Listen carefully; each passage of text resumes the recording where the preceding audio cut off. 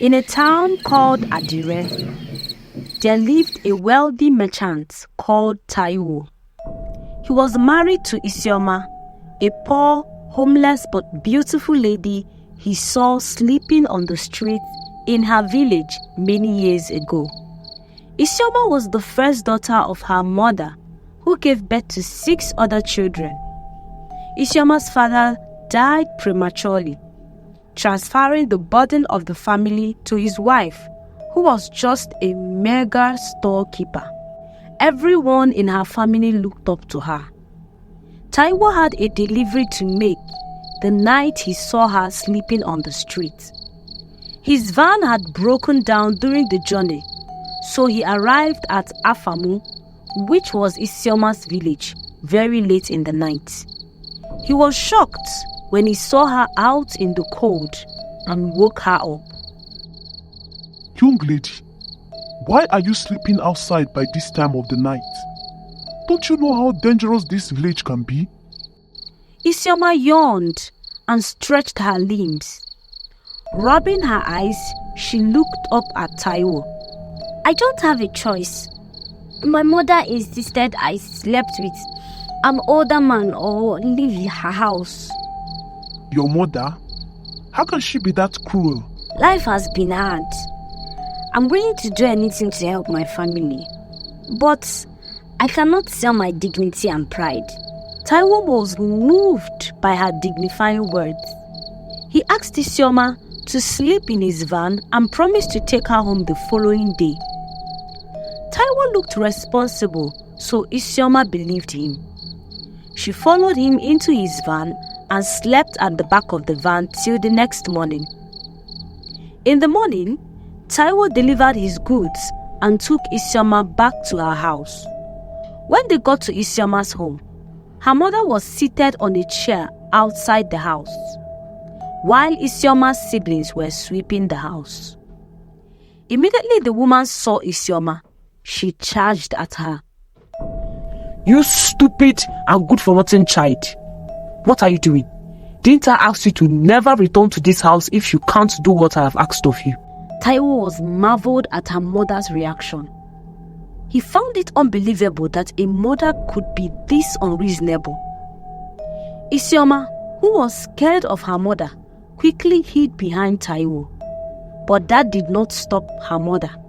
She charged further in an attempt to grab Isioma from behind Taio, but he rebuked her and left with Isioma. When they returned to his van, Isioma began to cry. I cannot do what she's asking of me. I cannot sell my body to an old man for money, and I have nowhere to go. Don't cry anymore. I would help you. My name is Taio, and I am a merchant. I come from a town called Adire. Perhaps you could come with me. Isioma leaped for joy when Taio offered to take her along with him. She threw herself in his arms and thanked him profusely. When they got to Adire, Taio was well known by all. He would stop his van at every junction to give the less privileged some money. Everyone knew him and appreciated his personality. When they got to Taio's house, it was a very big modern house. His house stood different from the other houses Isioma had seen. Taio noticed that Isioma had no clothes, so he took her to a very nice boutique to get her new clothes and shoes. After that, he took her to a hairstylist to get her hair done and her nails as well. When they were done, Isioma looked like a princess and Taio was pleased with what he saw. The next day, Taio went to the market for business and left Isioma at home. When Taio returned from the market in the evening, he was shocked when he entered his house. Everywhere was so neat, not a speck of dust could be found on his furnitures. He could even perceive the sweet aroma of food from the dining table. When he got to the dining table, he discovered that there was hot, cooked food. Immediately he sat down. Isioma showed up and welcomed him. She brought him a bowl of water for him to wash his hands in. Taio was famished, so he started eating immediately. After he had finished eating, he quickly took his bath and slept off. The next day was a Sunday, and Taio doesn't trade on Sundays. When he woke up, he staggered into the kitchen and found Isioma preparing breakfast. She wore a skimpy dress which cleaved to her body. Taio was instantly seduced by her shape. Thanks a lot for yesterday. Isioma, my name is Isioma, and I remember you told me your name is Taio. Yes, my name is Taio. Isioma, you're a very good cook and a good housekeeper. Oh, thank you, Mr. Taio. I learned a few delicacies from my mother. I was worried you may not like the food. Oh, no. I loved it. In fact, it is my favorite meal whenever I visit your village. And please, call me Taio. You don't need to add the mister. I'm not married yet. Why? You're wealthy, handsome, and kind. Any woman would die to have a man like you. Really? How about you? Would you die to have a man like me? Isioma laughed at his question and told him to wait in the dining room so she could serve him breakfast. But Taio couldn't get the sight of Isioma's cleavages out of his sight. His thought had been infiltrated by the shape of her body. He lay on the bed that night and thought deeply and hard. He truly was rich and handsome. Perhaps he could take Isioma as his wife. The next morning, Taio asked Isioma if she would like to be his wife. Isioma didn't hesitate. She quickly said yes. Compared to where she was coming from, Taio's house was like heaven on earth. That night, Isioma decided to serve Taio's dinner in his bedroom. The moment Taio saw her in his room, he lost control over himself and he slept with Isioma. He found that she was a virgin, and this made him love her so much. He made sure that Isioma lacked nothing, and he did all that was within his power to make her happy. A few months later, Isioma found out that she was pregnant. She told Taio and insisted that he must see her mother and pay her bride price so she can be formally known as his wife. Taio loved Isioma too much, so he did as she asked. Her mother gave him a list full of ridiculous items, but Taio didn't mind. He bought them all and paid her dowry, and then he took her home as his wife. After their marriage, Isioma's mother and siblings would always ask Isioma for money, and she would always give them. Taio knew of this, but he loved Isioma too much, so he didn't care. Since his business was moving fine and the money was coming, Isioma gave birth to a bouncing baby girl, and Taio threw a feast to celebrate his first child. He also bought Isioma a car. When the child turned 5, Taio threw another feast to celebrate her 5th birthday. He had left his drink on the table and went to ease himself. In his absence, one of his friends, who was envious of his achievements, poisoned his drink. Taio trusted people too much and too easily, and he gulped down the drink when he returned. 2 weeks after his daughter's birthday, Taio became very sick.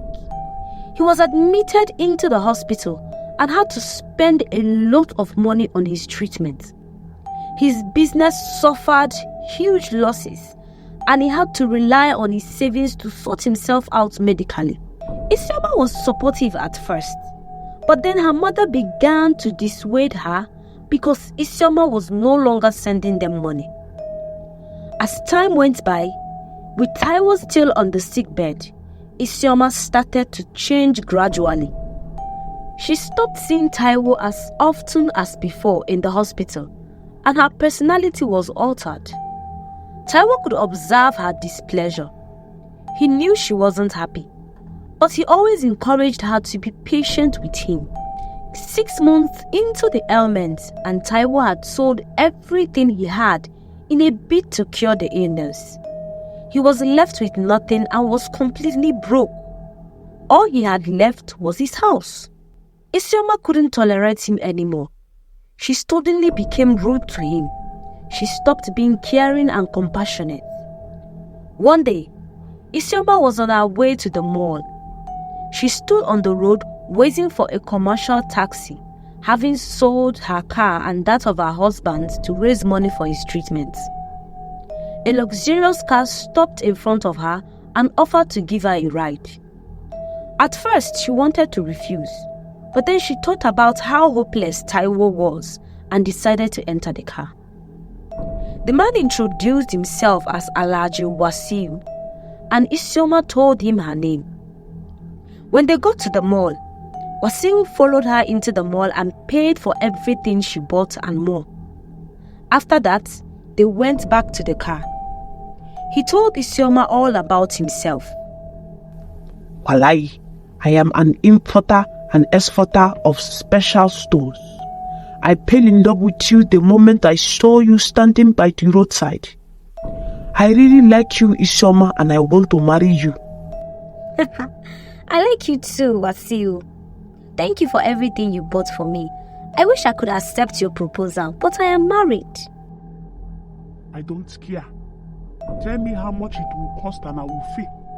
I have enough money to buy you anything you want. Please, think about my proposal.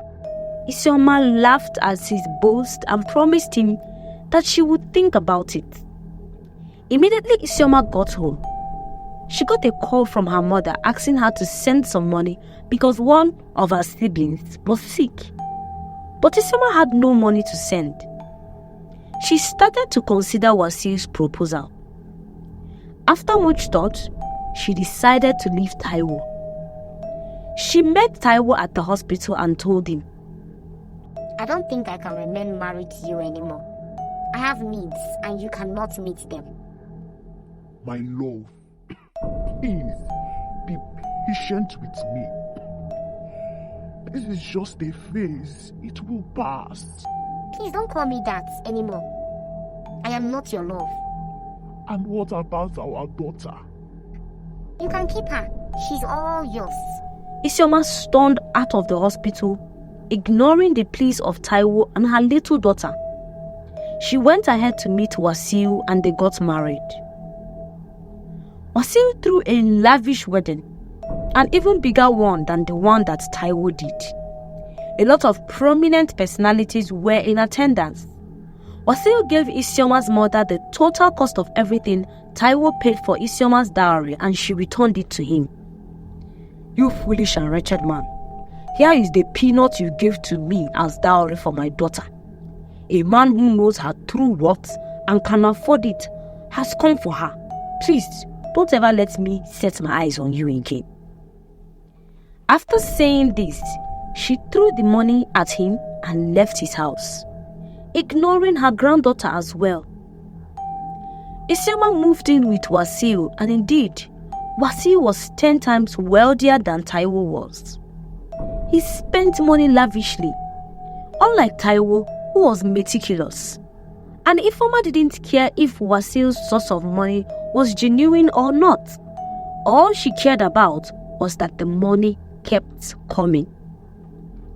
With the dowry, Isioma's mother returned.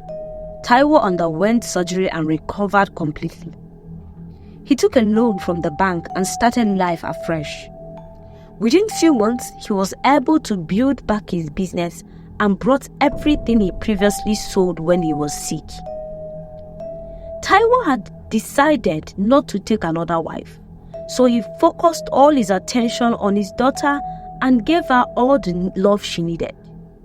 He made sure his daughter didn't miss her mother. Wasel and Isioma had a beautiful marriage, but it didn't last long.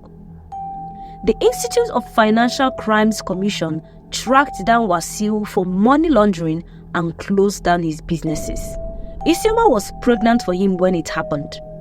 Wasel was charged to court and sentenced to 15 years imprisonment. All his assets were confiscated and his accounts were frozen. Isioma was left with nothing other than her pregnancy. She had no money to take care of herself because she never saved for rainy days.